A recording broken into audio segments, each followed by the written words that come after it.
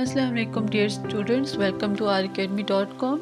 Today we discuss Statistics HSC 1 Second Annual Exam 2024 with solution. Section B section C आपके साथ share किया जा रहा है। सेक्शन ए जो है डिस्क्रिप्शन में इसका लिंक दे दिया गया है, वहाँ से आप लोग चेक कर सकते हैं objective part. And section B आपके पास जो है टोटल शॉर्ट क्वेश्चंस होते हैं और 19 क्वेश्चंस आपके पास गिवन है, जिसमें से आपने 14 क्वेश्चन को अटेम्प्ट करना होता है। हर क्वेश्चन के इक्वल मार्क्स होते हैं, 3 मार्क्स का ईच शॉर्ट क्वेश्चन आपके पास आ जाता है। स्टार्ट करते हैं। Question number 1, given quartile deviation 11.25 and quartile 3 आपके पास गिवन है 19.745। Find coefficient of quartile deviation. आपने coefficient of quartile deviation find करना है, जिसका formula Q3 minus Q1 and Q3 plus Q1 होता है। यहाँ पे Q1 आपके पास गिवन नहीं है, सबसे पहले तो Q1 फाइंड करना पड़ेगा। Q1 फाइंड करने के लिए क्वार्टाइल डेविएशन का फार्मूला आपने यूज़ करना है Q3 minus Q1 divided by 2 and the quartile deviation 11.25 and the Q3 90.745 Q1 same रहेगा डिवाइडेड बाय 2 एंड इसको सॉल्व करना है। Q1 का answer 68.245 and the coefficient of quartile deviation formula is Q3 minus Q1 divided by Q3 plus Q1 and Q3 given है, Q1 आपने find कर लिया, इसमें पुट करेंगे, इसको सॉल्व करने आपके पास 0.14 इज द आंसर है। याद रखिएगा कोफिशिएंट ऑफ क्वार्टाइल डेविएशन हमेशा पॉजिटिव आंसर जनरेट करता है, नेगेटिव नहीं आ सकता। नेक्स्ट क्वेश्चन आपके पास है the mean and the coefficient of variation of the 20 observation are 20 and 25% respectively and find the variance। Mean की वैल्यू आपके पास and the coefficient of variation 20 value n आपके पास 20 है and 20 is a mean and 25 is a coefficient of variation, जिसको हम CV कहते हैं। फाइंड आपने करना है वेरिएंस। पहले आपको स्टैंडर्ड डेविएशन फाइंड करना पड़ेगा, क्योंकि आपके पास CV का फार्मूला होता है S divided by x bar multiply by 100। तो S वैल्यू फाइंड करेंगे, आपके पास S आएगा, S का स्क्वायर लेंगे तो आपके पास वेरिएंस आ जाएगा जो कि 25 है। थर्ड आपके पास है find the mean arithmetic mean D is equal to x minus 18 and the summation f of D is equal to 150 and n is equal to 25। Find the mean आपके पास D है, deviation method use करें। Summation of f of D आपके पास 1 to 50 है, summation f जो है वो आपके पास n होता है 25 है, a आपके पास होता है x minus 18, तो 18 is the a value। So use the formula of a plus summation f of D divided by summation f 18 plus 150 divided by 25 and 18 plus 6 divided equal to 24। The arithmetic mean आपके पास 24 आएगा। Next है what is the classification describe 4 basic of classification of data. Classification क्या है आपने अपनी book से याद कर लेना है। अगर आपको वो इजी लग रहा है, वहाँ से आप अपनी जो आपको रिकमेंडेड बुक है वहाँ से आप लोग याद कर सकते हैं। कुछ यहाँ पे डेफिनेशन मेंशन कर दी है। क्लासिफिकेशन क्या होता है? एक प्रोसेस है of arranging data in groups of classes according to resemblance and similarity is called classification. Basic of classifications क्या है आपके पास? क्वांटाइल का basic and the quantile, quartile and geographical and chronological basic. Next आपके पास है write down any 3 properties of the correlation coefficient. Correlation coefficient और जो है वो आपने 3 प्रॉपर्टीज मेंशन करनी है। आपको जो भी आती है आप वो लिख सकते हैं, यहाँ पे कुछ मेंशन कर दिया है। Correlation coefficient is symmetrical with respect to x and y, that is y rxy equal to ryx। आप rxy ले या yx ले, दोनों हमेशा इक्वल आते हैं, सिमेट्रिकल होते हैं। कोरिलेशन कोफिशिएंट की जो रेंज है वो -1 to +1 होती है एंड द कोरिलेशन अगर आपके पास 0 आ जाए when one of the variable x and y is a constant है। नेक्स्ट क्वेश्चन आपके पास आया हुआ है the semi average for 1964 to 1972 both inclusive are 82.5 and 10.4। find the trend value। आपके पास years given है 1964 to 1972। अब देखिए स्टूडेंट ये कह रहे हैं कि 64 to 72 लेना है, बोथ इंक्लूसिव। इंक्लूसिव का मतलब होता है कि आपने 64 to 72 दोनों वैल्यूज आपने इंक्लूड करनी है और इसको या इनको शामिल करके आपने इसको पूरा एक टेबल जनरेट करना है ईयर्स का। अगर ये एक्सक्लूसिव का वर्ड होता तो हम 64 एंड 1972 को इंक्लूड नहीं करते, बल्कि दरमियान की जो टर्म है उसे जस्ट उसको इंक्लूड करते। तो इंक्लूसिव में क्या होगा कि 1964 भी इंक्लूड है और 1972 का डाटा भी इंक्लूड है। एक्स की वैल्यू आपने खुद जनरेट कर लेनी है। मीनिंग आपके पास 1968 जो है वो आपके पास मिडल वैल्यू है 0, -1, 2, -3, -4, ऊपर जाएगा नीचे 1, 2, 3, 4 होगा। सेमी एवरेज की वैल्यू गिवन है 1965 to 1971 की वैल्यू गिवन है। एंड वैल्यू आपने फाइंड आउट कर लेनी है कुछ इस तरीके से। बी आपने फाइंड करना है। आपके पास जो 104 माइनस बाई 2 की वैल्यू को माइनस करेंगे बाई 1 की वैल्यू के साथ एंड डिवाइडेड बाई 4 क्यों किया? क्योंकि आपके पास ओरिजिनल पॉइंट 1968 जो है वो आपके पास जो है वो 4th पॉइंट आपने ऐड किया था और इसलिए आपने इसको डिवाइड कर देना 4 से। आपके पास आ गया 5.374 और इसको सॉल्व करेंगे आपके पास इक्वेशन आ जाएगी। नेक्स्ट है what is the important are graph frequency distribution histogram है frequency polygon frequency curve cumulative frequency polygon. Next step, briefly describe the term of regression and the correlation. Regression is a process by which we estimate the value of the dependent variable on the basis of the one or more independent variable. आपने जो भी याद किया आप वहाँ वो mention कर सकते हैं। Correlation is a strength of the relationship between two variable x and y. Next question आपके पास है given W is equal to 20, 25, 30 and 40. L आपके पास है 100, 105, 110 and 120. This is a I value, not a L value. This is I value and the consumer price index number find करना है. We also know that the W and I is a given and WI multiply करेंगे तो आपके पास WI की value आ जाएगी। इसको सम करेंगे and the consumer price index number is a family budget method आपने यूज करना है। summation WI divided by summation W और आपके पास आएगा 110.65। 10 क्वेश्चन आपके पास था n is equal to 15 summation x is equal to 10 summation y summation xy summation x square determine the value of b। तो b की आपने वैल्यू फाइंड आउट कर लेनी है। आपके पास डाटा गिवन है और आपने फार्मूले में पुट करना है और आपके पास आंसर आ जाएगा। नेगेटिव भी हो सकता है, कंपल्सरी नहीं है कि कोरिलेशन कोफिशिएंट जो है वो आपके पास नेगेटिव ना आए। नेगेटिव भी हो सकती है, पॉजिटिव भी हो सकती है। Find the median if L आपके पास है H F capital C dot F and the N की वैल्यू गिवन है। आपने इसको यूज करके अपने फार्मूला मीडियन का है L plus H over F N by 2 minus C dot F इसे बेसिकली कैपिटल F होता है, वो भी कर सकते हैं and the C dot F small में भी आप लोग लिख सकते हैं। 153.5 आपके पास आंसर है। नेक्स्ट आपके पास है इंडेक्स नंबर से क्वेश्चन लिया गया है। Summation P not 246 and Q not की वैल्यू है 10, 1, 12 एंड 14 एंड I की वैल्यू गिवन है। आप कह रहे हैं कि आपने समेशन WI फाइंड करना है। वी आल्सो नो दैट कि आपके पास यहाँ पे W की वैल्यू गिवन नहीं है तो आपने फाइंड करना है। W का फार्मूला होता है P not and the Q not and the summation WI I की ऑलरेडी वैल्यू गिवन है। W एंड I की वैल्यू को मल्टीप्लाई करेंगे, सम करेंगे, जिसका आंसर ऑफ 2760। नेक्स्ट क्वेश्चन जो है वो आपका लिया गया है रिग्रेशन चैप्टर से।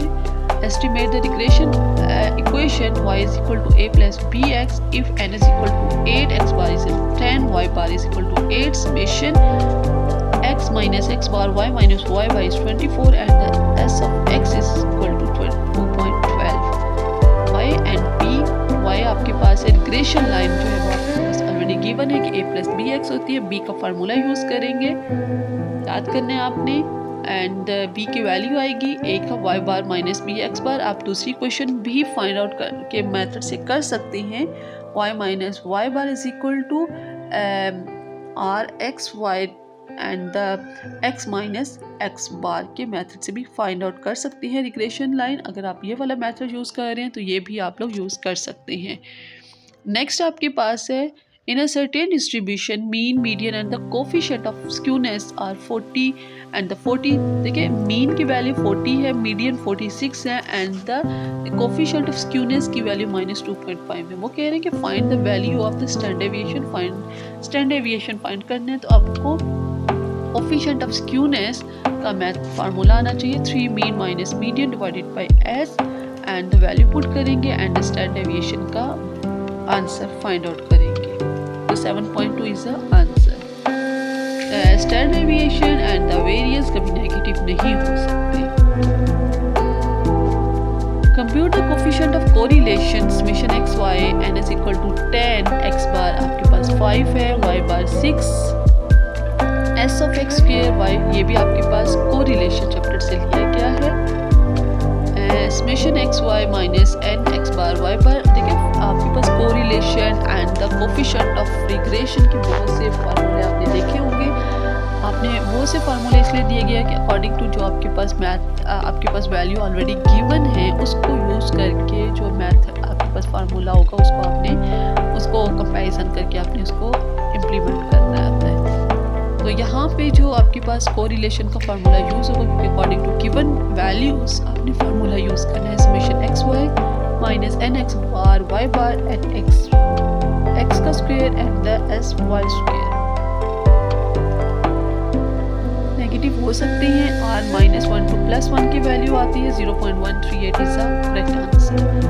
नेक्स्ट आपके पास है briefly explain skewness and the symmetric and the skewness में क्या डिफरेंस है। सिमेट्रिक जो होता है वो आपके पास skewness is called if it is not a symmetric, a skewness distribution is a curve shape होती है, या तो ये negative and the positive line पे इशारा करेगी। सिमेट्रिक में दोनों आपके पास साइड्स जो होते हैं मीन के वो इक्वल होते हैं। अगर आप एक मीन टर्म ले रहे हैं, एवरेज वैल्यू ले रहे हैं, एवरेज वैल्यू से आपके पास एवरेज मिडल वैल्यू में लाई कर रही है। अगर आपके पास टू हाफ इक्वल हाफ आपके पास आ रहे हैं, इट्स कॉल्ड द सिमेट्रिक। और अगर आपके पास इक्वल हाफ नहीं आ रहे, या तो आपका डाटा नेगेटिव लाइन में वैल्यू में ज़्यादा लाई कर रहा है, या पॉजिटिव साइड में ज़्यादा वैल्यूज लाई कर रही है एवरेज से, it's called the symmetric skewness. तो skewness and the next is this is a definition and given you see in the screen। अगर आपने जो है डेफिनेशन जो अपनी बुक से याद की है तो वेल एंड गुड, वो आपको इजी लग रही होंगी तो वहाँ से भी आप लोग कर सकती हैं। And on the side and the center line which derive the curve into two equal halves, it has the arm and is the central and the curve spread equal on the both side। What is the meant by simple and composite index number? Index number से question लिया गया student. देखिए आपने equality याद करनी होती है। Equal होता है कि अब न्यूमेरिकल भी आपने करना है और आपने थ्योरी भी करनी है। A simple index number is based on the relative change in the price and the quantity of the single commodity। एक ही सिम डाटा की आप ले रहे तो सिंपल होगा अगर आपके पास कमोडिटीज 2 and more आ रही है, लाइक वीट माइस कॉटन की एट अ टाइम आप लोग चेक कर रहे हैं इंडेक्स नंबर, तो उसको कंपोजिट में लेके जाएंगे। अगर जस्ट एक ही चीज़ यानी कि वीट की आप लोग चेक कर रहे हैं, इंडेक्स नंबर आप लोग फाइंड आउट करना चाह रहे हैं, तो वो आपके पास सिंपल इंडेक्स नंबर होगा। What are the main component of the time series? Time series के मेन कंपोनेंट क्या है? आपके पास है circular trend, seasonal movement, cyclical movements and irregular, जिसको आप लोग रैंडम मूवमेंट्स भी कहते हैं। Most important question, repeated question है आपके पास। Find the harmonic mean of the values 2, 4 and 8। Harmonic mean की वैल्यूज गिवन है, आपके पास वैल्यूज गिवन है और आपने हार्मोनिक मीन फाइंड आउट करना है। 2, 4, 8 रेसिप्रोकली फार्मूले में पुट करें and get the answer harmonic mean and summation x1/x। Simple question, most easiest question. ये तो थे स्टूडेंट आपके पास 19 शॉर्ट क्वेश्चंस, जिसमें से आपने 14 अटेम्प्ट करने हैं। अगर आपको एक्स्ट्रा क्वेश्चंस भी आते हैं तो क्वेश्चन कर लिया करें, बेस्ट होता है।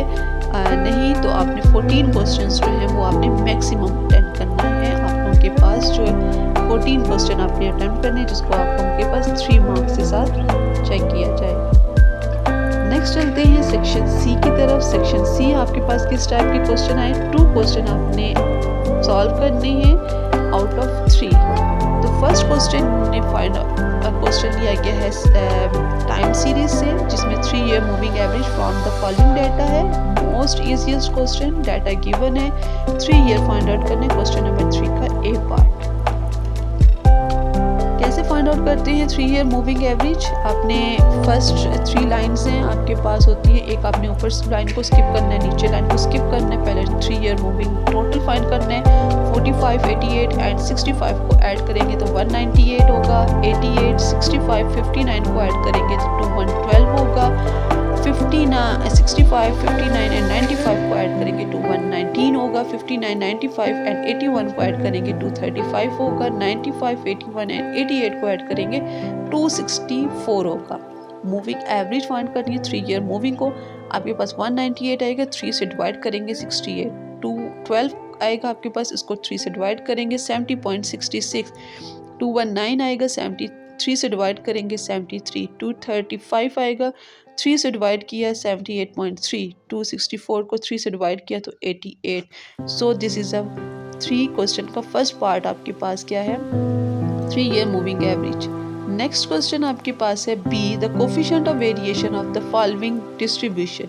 ग्रुप डाटा आपके पास है and the frequency distribution given है। आपने फाइंड आउट करना है, क्या फाइंड आउट करना है, आप लोग ने फाइंड आउट करना है CV।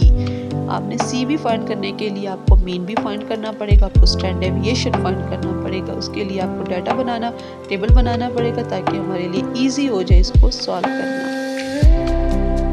कुछ इस तरीके से टेबल आपका जनरेट होगा और मीन फाइंड करना है, summation f of x divided by summation f and standard deviation find करेंगे। कुछ ये वाला फार्मूला इजीएस्ट फार्मूला है, समेशन f ऑफ x का square divided by summation f minus summation f of x divided by summation f whole square under root. इसके alternative आप दूसरा formula भी यूज कर सकते हैं, summation f s minus x bar का square divided by n and under root. वो भी फार्मूला यूज कर सकते हैं, वो करें ये करें, दोनों सेम है। मीन की CV फाइंड करें s divided by x bar multiply by 100 और ये आपके पास CV का आंसर आ जाएगा। नेक्स्ट चलते हैं फ्रीक्वेंसी डिस्ट्रीब्यूशन आपके पास है, आपके पास 60 डाटा है। आपने फाइंड आउट करने mean, median, mode, D6, Q3, P67 find out करना है मीन, मीडियन, मोड से एंड द D6 फाइंड करना है, Q3, 67, P फाइंड करना है। चले देखते हैं कौन कौन से हमें टेबल। तो क्लासेस आपके पास गिवन है एंड और ये आपके पास क्लास लिमिट्स पे गिवन है and f of x requirement table है। मीन फाइंड करने के लिए cumulative frequency and the class boundaries find कर लिए क्योंकि ऑलरेडी आपके पास क्लास लिमिट में गिवन था डाटा, तो क्लास बाउंड्रीज फाइंड करना है। मीन फाइंड करेंगे x bar summation f of x summation f से एंड द मीडियन फाइंड किया आपने L plus h over f n/2 c dot f से आपने फाइंड आउट करना है। और इसके बाद आपने फाइंड आउट करना है मोड फाइंड किया आप लोग ने L plus h over fm minus f1 multiply by h and fm minus f1 plus fm minus f2 से आपने फाइंड आउट करना है मोड। नेक्स्ट है D6 फाइंड करना है 1 plus h over f 6 and divided by 10 क्योंकि D को decile की बेस 10 है तो 10 आपके पास आएगा minus c dot f find करना है आप लोगों ने। ये कुछ आंसर है आपके पास। Quartile 3 L plus h over f 3n by 4 minus c dot f। P67 L plus h over f 67n 100 minus percentile की बेस 100 है, 100 से डिवाइड करेंगे 67n 100। पहले ये फाइंड करके आप लोगों ने फाइंड आउट करना है कुछ इस तरीके से। नेक्स्ट क्वेश्चन है construct the following price index. आपके पास है लास्ट पेयर एंड पाशी, आपके पास है लास्ट पेयर एंड पाशी आपने फाइंड आउट करना है। Most easiest question. Requirement table आपने बना लेना है एंड लास्ट पेयर का फार्मूला है summation P1 Q not multiply by 100 summation P not Q not. Clear? और आपने इसको फाइंड आउट करना है एंड द पाशी आपके पास है summation Pn Q1 multiply by 100 and the P not Q1 आपके पास है।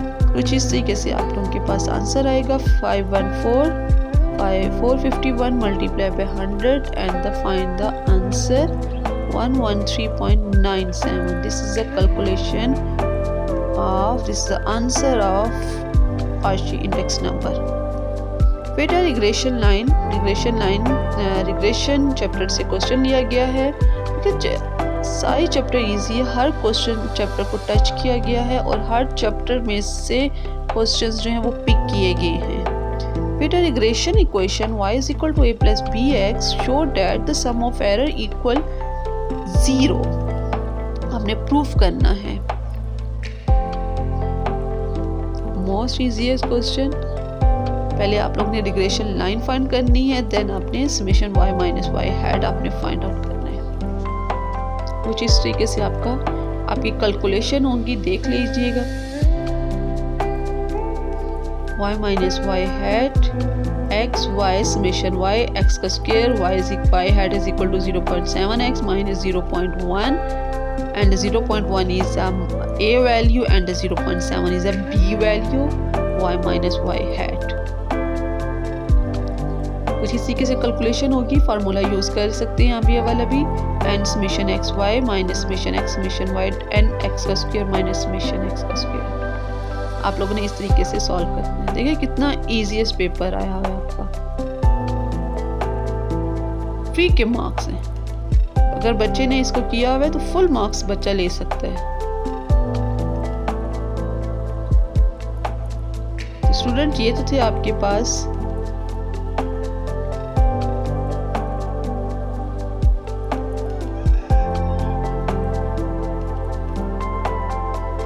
5 का क्वेश्चन, ये आपके पास हो गया। दीजिए स्टूडेंट, ये थे आपके पास सेक्शन सी, जिसमें से आपने 3 क्वेश्चंस आपके पास थे और इसमें से आपने 2 क्वेश्चन को अटेम्प्ट करना था और हर क्वेश्चन के इक्वल मार्क्स है, 13 मार्क्स का ईच क्वेश्चन है। स्टूडेंट्स सब्सक्राइब करें, लाइक करें, शेयर करें, क्लास फेलो अपने स्टूडेंट क्लास फेलो के साथ, टीचर्स अपने स्टूडेंट्स के साथ। आई होप कि आपको अंडरस्टैंड हो गया होगा कि सेकेंड एनुअल 2024 फर्स्ट ईयर का कैसा पेपर आया था और मोस्ट ईजीएस्ट पेपर आपके पास जो है वो इन्होंने बनाया है ताकि स्टूडेंट अच्छे तरीके से इसको अटेम्प्ट कर सके। बिल्कुल भी मुश्किल नहीं है। अगर कोई क्वेश्चन है आपका तो कमेंट बॉक्स में लिखना मत भूलिएगा, आप मुझसे पूछ सकते हैं किसी भी टाइम। स्टूडेंट चैनल को सब्सक्राइब करें, लाइक करें एंड शेयर करें और फर्स्ट एनुअल एग्जाम 2025 का ऑब्जेक्टिव एंड सब्जेक्टिव सॉल्यूशन देखने के लिए इस चैनल के साथ जुड़े रहिए। बेल आइकन को प्रेस कर दें ताकि आपको फर्स्ट एनुअल एग्जाम 2025 का सॉल्यूशन ऑब्जेक्टिव एंड सब्जेक्टिव जो है वो आप लोगों को मिल सके।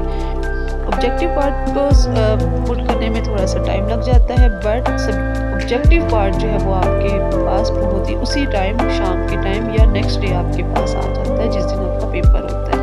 तो सो स्टूडेंट, सब्जेक्टिव के लिए थोड़ा सा टाइम एंड द ऑब्जेक्टिव आपके पास विद इन अ डे जो है वो आपके पास आ जाएगा इंशाल्लाह ताला। आई होप कि आपके पास क्लियर हो गया होगा। पास पेपर देखने के लिए इस चैनल को सब्सक्राइब करें, लाइक करें एंड शेयर करें। सारे पास पेपर आपके पास यहाँ पे अवेलेबल है, देखना मत भूलिएगा। ओके, टेक केयर, अल्लाह हाफिज़।